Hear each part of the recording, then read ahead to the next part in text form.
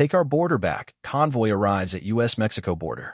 Hundreds of protesters from around the U.S. reached the small Texas border town of Quemado, about 20 miles northwest of Eagle Pass on the U.S.-Mexico border, on Saturday to vent frustration over illegal immigration.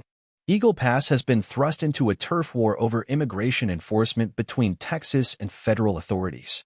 The protest group called Take Our Border Back began its multi-day drive across the U.S. on Monday in Virginia.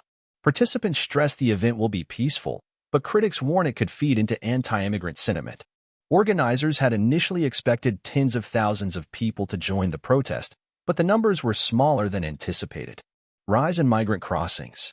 Immigration has become a major political issue in an election year likely to see a rematch between former President Donald Trump, a Republican, and his Democratic successor, President Joe Biden. Trump has motivated his base voters with calls for more restrictive border practices. The number of migrants arrested trying to cross the U.S.-Mexico border has climbed to record highs since Biden took office in 2021. Migrant arrests have dropped off in the past month after a spike in December. Texas attempts to deter migrants.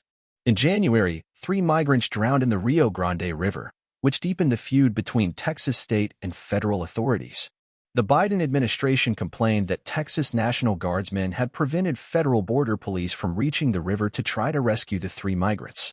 The incident occurred after Texas Governor Greg Abbott effectively blocked U.S. Border Patrol officials from accessing a wide swath of land in Eagle Pass, including Shelby Park. The park had been used by border officials to process migrants. Support from Republican governors. Texas has rejected the Biden administration's accusations. Biden has taken the case all the way to the U.S. Supreme Court, which has authorized the federal border police to cut the barbed wire. But Abbott has ordered more fencing to be erected. The Texas governor has garnered support from Republican governors around the country who have sent their own guardsmen or resources to the border. On Sunday, Abbott is set to use the park to hold a news conference with 14 governors who have backed him in his standoff with the federal government.